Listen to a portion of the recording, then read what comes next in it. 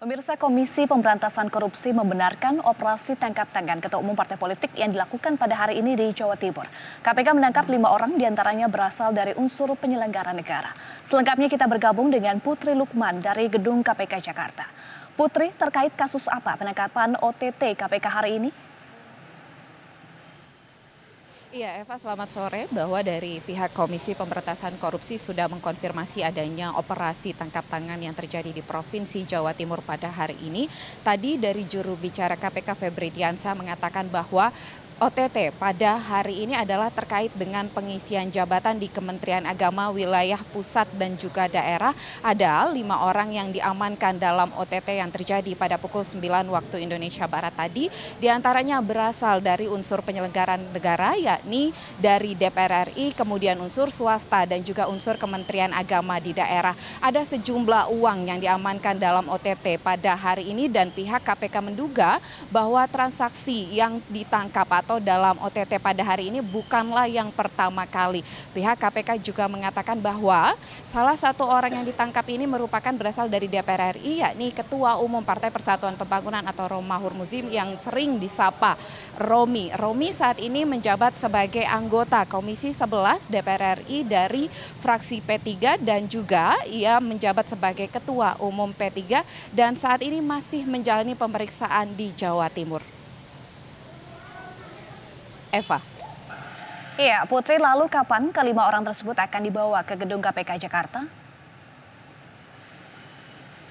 Iya, informasi yang kami juga terima dari pihak KPK, yakni dari juru bicara KPK Febri Diansyah mengatakan bahwa hingga hari ini atau di pukul 16 waktu Indonesia Barat, kelima orang masih menjalani pemeriksaan di Mapolda Jawa Timur yang merupakan lokasi dari pemeriksaan kelimanya setelah ditangkap dalam operasi tangkap tangan di kantor wilayah Kementerian Agama Jawa Timur dan dijadwalkan kelima orang ini setelah menjalani pemeriksaan di Mapolda Jawa Timur akan dilanjutkan pemeriksaan di gedung Komisi Pemberantasan Korupsi Jakarta yang nantinya pada malam hari ini akan juga dijadwalkan bisa saja pada malam hari ini tiba di gedung KPK atau pada esok hari.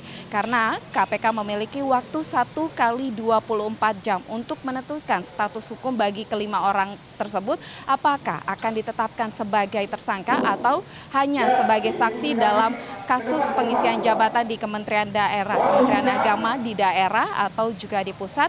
Dan tadi pihak KPK juga menyatakan selain menentukan status hukum juga akan nantinya ditentukan apakah akan naik ke penyidikan dari penyelidikan. Berikut adalah pernyataan selengkapnya dari juru bicara KPK Febri Diansyah. Diduga terkait dengan pengisian jabatan di Kementerian Agama baik di pusat ataupun di daerah. Nah, tentu kami perlu mendalami lebih lanjut informasi-informasi tersebut. KPK belum bisa menyebutkan siapa saja orang-orang yang diamankan karena prosesnya masih berjalan. Sesuai hukum acara yang berlaku ada waktu paling lama 24 jam. Jadi paling lama 24 jam nanti akan ditentukan status hukum perkaranya. Apakah tetap di penyelidikan atau ditingkatkan ke penyidikan dan siapa yang menjadi tersangka kalau ditingkatkan ke proses penyidikan. Jadi dalam waktu 24 jam itulah tim akan bekerja semaksimal mungkin. Rencananya sesuai dengan kebutuhan penanganan perkara, pihak-pihak yang diamankan dan saat ini berada di Polda Jatim akan dibawa ke kantor KPK Jakarta malam ini untuk proses lebih lanjut.